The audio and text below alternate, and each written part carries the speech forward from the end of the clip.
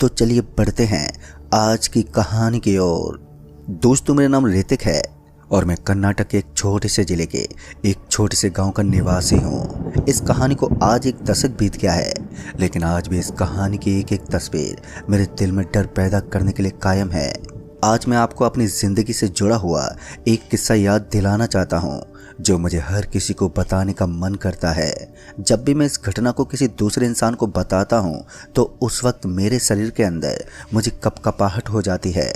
दोस्तों, मैं आपको बताना चाहूँगा कि वो शनिवार का दिन था और उस दिन अपनी दीदी से मिलने के लिए अर्जेंट उसके ससुराल जाना था और उसका ससुराल हमारे गांव से काफ़ी ज़्यादा दूर था और ऐसे में मुझे ट्रेन पकड़कर ही वहां के लिए निकलना पड़ता था, क्योंकि बस से जाना तो वहां पर कतई आसान नहीं था। एक तो बस के झटके और ऊपर से बस रुक रुक कर चलती थी, जिससे मुझे काफ़ी ज़्यादा चिड़चिड़ापन होने लगता था। उसके बाद मैंने अपनी मम्मी की परमिशन ले ली और मम्मी ने मुझे बाइक लेकर जाने से भी मना कर दिया था, क्योंकि मेरी मम्मी मुझे लेकर काफ़ी सीरियस रहती थी और ख़ासकर रात जैसे सफ़र में मुझे बाइक तो कभी भी नहीं दी जाती थी। मुझे ड्राइव करते हुए काफ़ी दिन बीत गए थे, लेकिन इसके बावजूद भी रात में ड्राइव करना मेरे लिए साफ मना था। इसलिए मुझे ट्रेन पकड़कर ही लुधियाना के लिए निकलना था। लुधियाना यहाँ से काफ़ी ज़्यादा दूर था, इसलिए मैंने अपने कुछ दोस्तों से मेरे साथ चलने को कहा, लेकिन वो सभी अपने अपने काम में बिजी थे, जिस वजह से वो मेरे साथ नहीं चल पाए। मुझे अकेला ही सफ़र काटना था और ऊपर से सफ़र इतना लंबा था कि इस सफ़र को काटते काटते मेरा दिमाग खिसक जाता था और मुझे काफ़ी ज़्यादा परेशानियां होती थी, लेकिन मेरे पास इसके अलावा कोई दूसरा चारा भी नहीं था। मुझे नहीं मालूम कि उस वक्त क्या समय हो रहा था, लेकिन जब मैं अपनी दीदी के ससुराल के लिए निकला था तो मुझे शाम होने को आई थी और घर से निकलते निकलते मम्मी ने मेरे मुँह में दही का एक निवाला खिला दिया था, ताकि मुझे सफ़र में कोई प्रॉब्लम ना हो। जब मैं घर से निकला था तो अचानक एक काली बिल्ली ने मेरा रास्ता काट दिया। फिर मम्मी ने मुझे कहा, देखो बेटा, ये सब अशुभ संकेत होते हैं, इसलिए तुम कुछ देर के लिए रुक जाओ, फिर चले जाना। लेकिन मैं इन सभी चीज़ों में कुछ खास विश्वास नहीं करता था, जिस वजह से मैंने अपनी मम्मी से कहा, मम्मी ऐसा कुछ नहीं होता है, ये सब बस लोगों के भ्रम की बातें हैं। मैं तो साइंस का स्टूडेंट हूँ और मैं इन चीज़ों में विश्वास नहीं करता। और उसके बाद मैं अपनी मम्मी की बात को टालते हुए तुरंत ही घर से निकल गया, क्योंकि मुझे स्टेशन के लिए देरी हो रही थी। और जल्दबाजी करते हुए मैं अपने घर से बाहर निकला और बस स्टैंड पर पहुंचा। बस स्टैंड से मैंने सोचा था कि कोई बस पकड़ लूँगा और डायरेक्ट रेलवे स्टेशन पर उतर जाऊँगा, मगर उसके बाद जब मैं बस स्टैंड पर पहुंचा तो मुझे पता चला कि बस को आने में अभी भी काफ़ी वक्त बचा हुआ है और ऊपर से मेरी ट्रेन का टाइम होता जा रहा था। इस चीज़ ने मुझे और भी ज़्यादा घबराने पर मजबूर कर दिया था। दीदी के पास मुझे अर्जेंट जाना था। उसकी वजह तो मैं आप सभी को नहीं बता सकता, लेकिन आप इतना समझ सकते हो कि दीदी के ससुराल में थोड़ी बहुत लड़ाई हो गई थी और उसी लड़ाई के चलते किसी खानदानी गहनों के चक्कर में हमें निकलना पड़ा। आज बस स्टैंड पर बस ना होना सच में एक बहुत ही बड़ी बात थी, क्योंकि आज से पहले ऐसा कभी नहीं हुआ था कि हमारे बस स्टैंड पर कोई बस ना मिले। कुछ देर तक तो मैं सोचता रहा, मगर उसके बाद जब मुझे लगा कि अब मुझे बस का इंतज़ार नहीं करना चाहिए और खुद पे खुद ही पैदल पैदल अपने कदमों का सहारा लेकर रेलवे स्टेशन पर चले जाना चाहिए, इसी बात को सोचकर मैं पैदल पैदल ही बस स्टैंड से निकल पड़ा। वहाँ से रेलवे स्टेशन की दूरी ज़्यादा तो नहीं थी, लेकिन इसके बाद भी पैदल चलने में मुझे बड़ा जोर आता था। चेहरे पर नींद थी और अभी मैं उबासियाँ लेते हुए वहाँ से निकल पड़ा। जब मैं रेलवे स्टेशन के लिए निकल रहा था तो मुझे पता चला कि सच में आज रास्ता काफ़ी ज़्यादा सुनसान पड़ा था और ऊपर से किसी भी गाड़ी का आगमन नहीं हो रहा था। और वहीं से चलते चलते अचानक ही मुझे एक आदमी नजर आने लगा। उस आदमी ने अपने पूरे शरीर को ढक रखा था और वो बीड़ी पी रहा था।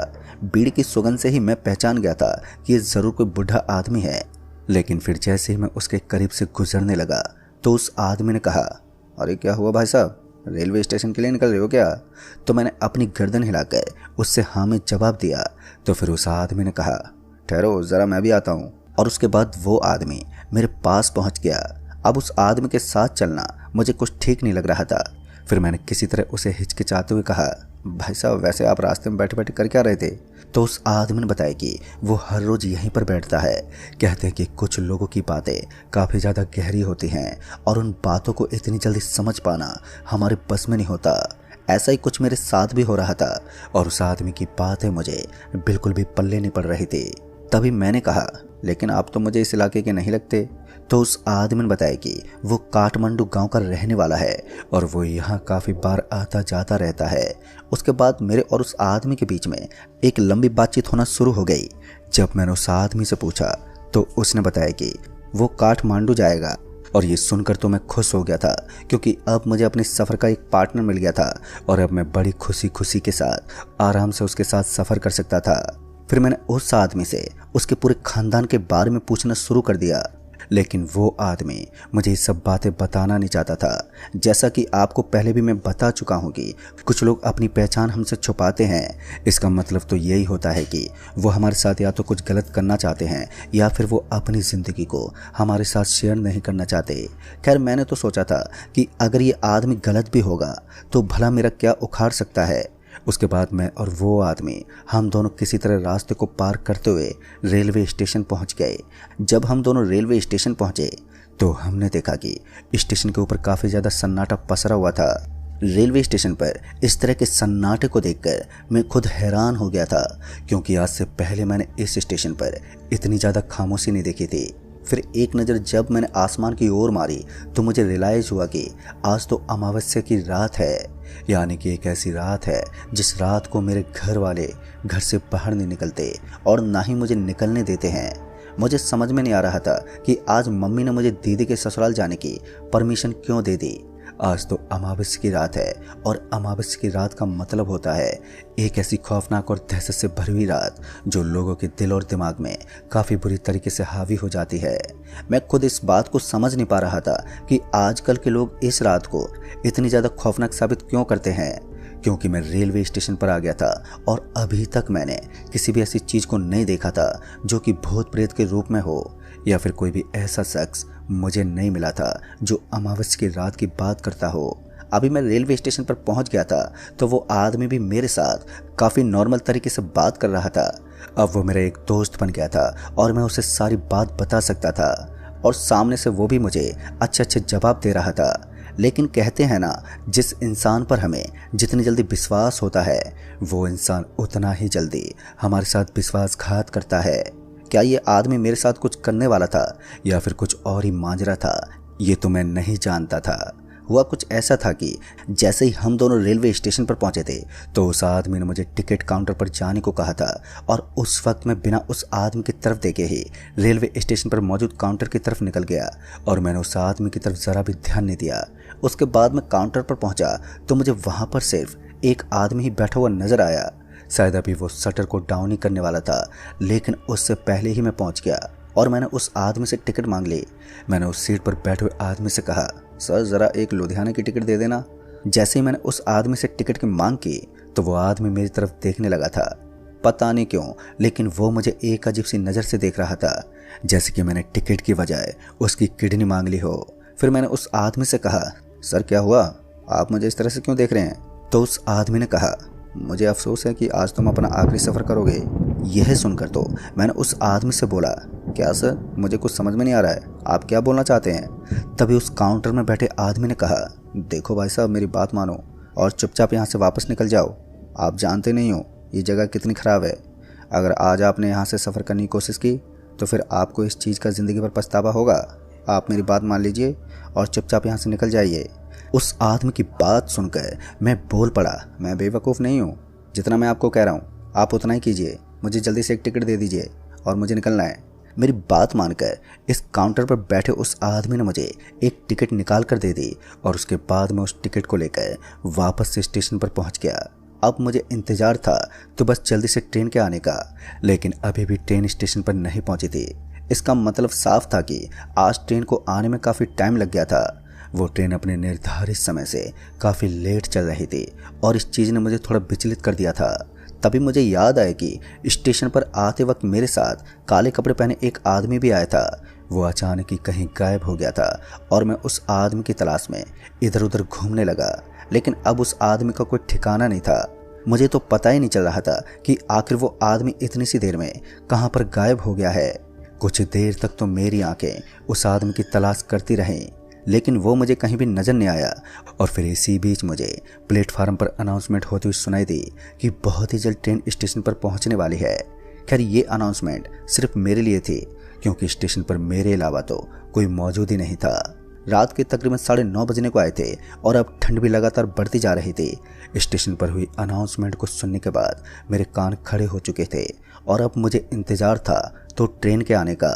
फिर कुछ देर के बाद ट्रेन के सायरन की आवाज़ सुनाई देने लगी, तो इस आवाज़ को सुनते ही मैंने अपना सारा का सारा सामान उठा लिया और फिर मैं ट्रेन में चढ़ने के लिए तैयार हो गया। अब तक मुझे ट्रेन का इंतजार था, तो कुछ देर के बाद ही रेलवे स्टेशन पर ट्रेन भी पहुंच गई, तो मैं ट्रेन के अंदर सवार हो गया। उस वक्त मुझे उसी आदमी की बातें याद आ रही थी जो मुझे यहाँ तक लेकर आया था, यानी कि वो आदमी जो अब यहाँ से गायब हो चुका था। पता नहीं क्यों, लेकिन उस आदमी का बिहेव मुझे काफ़ी ज़्यादा अजीब सा लगा था। उसकी हर एक बात के अंदर काफ़ी ज़्यादा गहराई छुपी हुई थी। उस आदमी को याद करते करते अब मैं बोगी के अंदर दाखिल हो गया था। जब मैंने बोगी के अंदर जाकर देखा तो कुछ और मुसाफिर लोग भी आराम से ट्रेन के अंदर सो रहे थे। ट्रेन के अंदर कुछ ज़्यादा हलचल नहीं थी और इसी बीच में एक खाली हुई सीट के ऊपर जाकर बैठ गया। दिमाग में अभी भी उसी आदमी की बातें घूम रही थी कि आखिर इतनी सी देर में वो कहाँ पर गायब हो गया है, लेकिन ये समझ में नहीं आ रहा था कि अब मैं इस बात को कैसे समझूं। कुछ देर के बाद मुझे ओम नाम के उच्चारण की एक आवाज़ सुनाई देने लगी।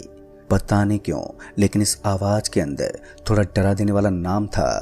हालांकि ओम नाम तो एक सिद्ध नाम होता है, लेकिन जब मैंने झांकते हुए अगले बर्थ की तरफ देखा तो इस बार मेरी आंखें फाटी की फाटी रह गईं, क्योंकि इस बार मैंने देखा कि मुझे अपने आगे वाले बर्थ की तरफ एक आदमी बैठा हुआ नजर आ रहा था और उस आदमी का चेहरा अब मुझे काफ़ी ज़्यादा अजीब लग रहा था।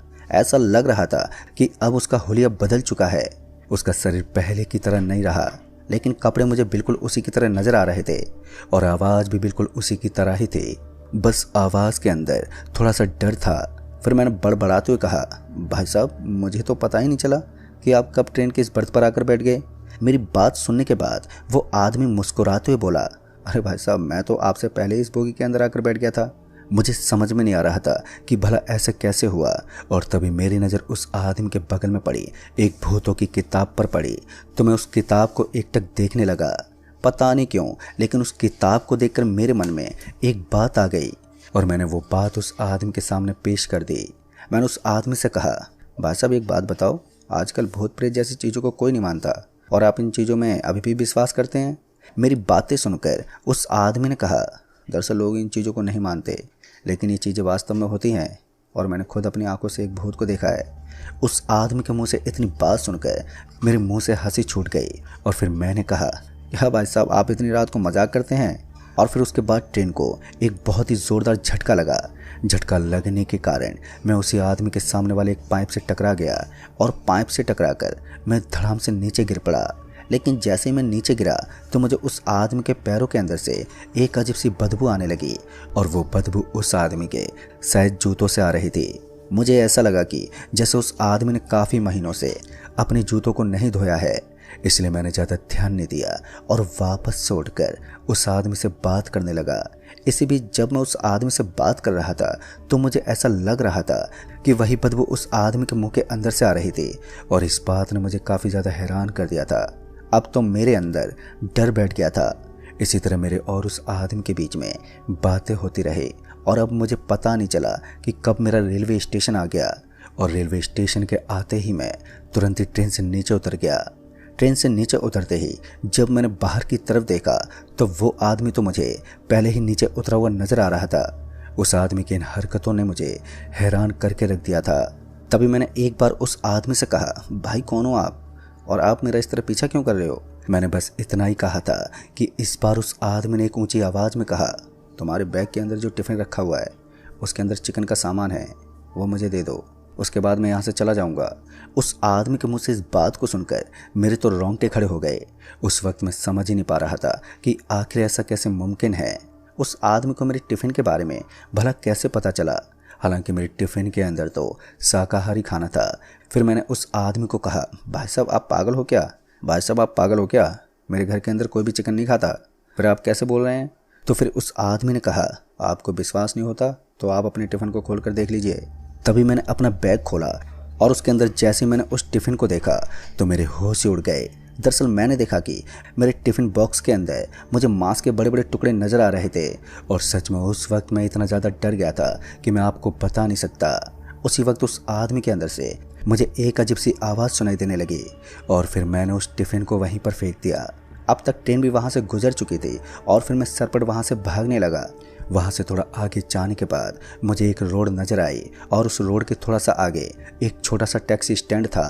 इतनी रात को टैक्सी का मिलना बहुत ही मुश्किल था, लेकिन इस वक्त किस्मत भी मेरे साथ थी। जैसे मैं थोड़ा आगे गया तो मैंने देखा कि मुझे वहाँ पर एक टैक्सी खड़ी हुई नज़र आ रही थी और उस टैक्सी को देखकर मुझे काफ़ी अच्छा लगा। उसके बाद मैं जल्दी से भागता हुआ उस टैक्सी वाले के पास गया और मैंने उस टैक्सी वाले से कहा, देखिए भाई साहब, मैं बड़ी मुसीबत में हूँ और मुझे थोड़ा आगे तक जाना है। मैं अपने रेलवे स्टेशन पर तो पहुँच गया था और फिर मैंने अपनी दीदी को फ़ोन कर दिया कि मैं बस स्टैंड पर पहुँच गया हूँ, मुझे जल्दी से घर पर लाने के लिए जीजा जी को भेज दें। और उसके बाद मैंने उस टैक्सी ड्राइवर को कहा, ठीक है भाई साहब, आप मुझे जल्दी से इस गाँव के बस स्टैंड पर छोड़ दीजिए। फिर उसके बाद उस टैक्सी ड्राइवर ने टैक्सी की रफ्तार बढ़ाना शुरू कर दिया और फिर धीरे धीरे टैक्सी आगे बढ़ने लगी। अब तक मैं थोड़ा नॉर्मल था। वो टैक्सी ड्राइवर बार बार सामने लगे हुए कांच के अंदर देख रहा था। पता नहीं वो ऐसा क्यों कर रहा था, लेकिन उसका ये व्यवहार मुझे ठीक नहीं लगा। फिर मैंने उस आदमी से कहा, क्या हुआ भाई साहब, बार बार आप मेरा चेहरा इस तरह से क्यों देख रहे हैं? और तभी उसने अपनी गर्दन को पूरी की पूरी पीछे की तरफ मोड़ दी। जैसे मैंने उसकी गर्दन को देखा तो मेरे तो होश ही उड़ गए, क्योंकि एक बार फिर से मेरी आंखों के सामने वही आदमी था जिससे मैं काफ़ी ज़्यादा परेशान हो गया था और जिसके डर और खौफ ने मुझे बहुत ही ज़्यादा डरा कर रख दिया था। अब तक मेरी सांसें ऊपर नीचे होने लगी थी। मेरे फेफड़ों में अब मुझे दर्द होने लगा था।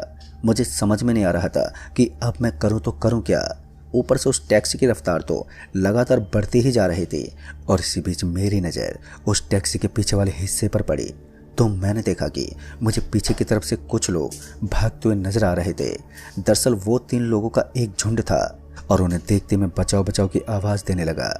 शायद मेरी चीख पुकार की आवाज़ सुनकर उन्होंने अपनी रफ्तार को और भी ज़्यादा बढ़ा दिया और तभी उनमें से एक आदमी ने मुझे इशारा करते हुए गाड़ी से नीचे कूदने को कहा। लेकिन अब मैं चाहकर भी गाड़ी से नहीं कूद पा रहा था, क्योंकि गाड़ी की रफ्तार काफ़ी ज़्यादा थी और इसी बीच मुझे सामने की तरफ एक गहरी खाई नज़र आने लगी। मुझे पता था अगर मैं उस खाई के अंदर गिरा तो फिर मेरी मौत पक्की है। इससे अच्छा है कि मैं इस गाड़ी से नीचे कूद जाता हूँ, क्या पता हड्डी पसली टूटने में ही काम बन जाए। उसके बाद मैंने तुरंत ही गाड़ी का दरवाज़ा खोला और तुरंत ही नीचे कूद गया। नीचे कूदते ही मैंने देखा कि मुझे नीचे की तरफ भी एक शमशान घाट की तरफ पड़ी सड़क नज़र आ रही थी। अब तक मुझे अपनी पूरी बॉडी के अंदर दर्द महसूस हो रहा था। पूरे शरीर पर जख्मों के निशान बन गए थे। इतना तो मैं अच्छे से जान गया था कि सच में वो कोई भूत था, लेकिन मैं इस बात को नहीं समझ पा रहा था कि आखिर उस भूत ने मेरा पीछा क्यों पकड़ रखा था। लेकिन अब जब मैंने 3 लोगों को आजू बाजू में देखा तो अब वो भी मुझे कहीं पर भी नजर नहीं आ रहे थे, क्योंकि कुछ देर पहले ही मैंने उन 3 लोगों को खुद की सहायता करते हुए देखा था। इसी बीच मुझे एहसास हुआ कि मैं तो गांव के बस स्टैंड पर आ गया हूँ और बस स्टैंड पर आते ही मुझे सामने से एक बाइक आती हुई नजर आई। मुझे डर था कि कहीं इस बाइक के ऊपर भी किसी भूत प्रेत का साया ना हो, वरना आज तो मैं बुरी तरह से फंस जाऊंगा। काफ़ी चीज़ें थीं जो मेरे दिमाग में बसी हुई थी, लेकिन जब वो बाइक मेरे पास आकर रुकी तो मुझे पता चला कि वो मेरे जीजाजी थे और उसके बाद मैं अपने जीजाजी के साथ बैठकर वहाँ से निकल गया। अपने साथ हुई इस पूरी घटना के बारे में मैंने घर जाकर सभी को बताया। जब मैंने घर वालों के सामने इस बात को शेयर किया तो मेरी दीदी और उनका पूरा का पूरा परिवार बुरी तरह से हैरान हो गया। फिर दीदी ने बताया कि आज तुम्हें बिल्कुल भी नहीं आना चाहिए था, आज अमावस की रात थी, लेकिन दोस्तों होने को कौन टाल सकता है। उसके बाद मेरे ऊपर कुछ झाड़ फूक तो करवाया गया, लेकिन मुझे कभी भी ऐसी बुरी शक्तियों के होने का एहसास अब दोबारा नहीं हुआ। एक बात मुझे आज भी बिल्कुल भी समझ नहीं आती है कि आखिर मेरे खाने के टिफिन में मुझे वो मांस कैसे मिला और उसके अंदर मांस आया तो आया कैसे, और वो 3 लोग कौन थे, ये आज भी एक रहस्य बना हुआ है। तो दोस्तों इस कहानी में बस इतना ही। कहानी आपको पसंद आई हो तो वीडियो को लाइक शेयर ज़रूर कर दें और साथ ही हमें नीचे कमेंट बॉक्स में ज़रूर बताएं ऐसी एक और नई कहानी के साथ। तब तक के लिए बाय एंड टेक केयर।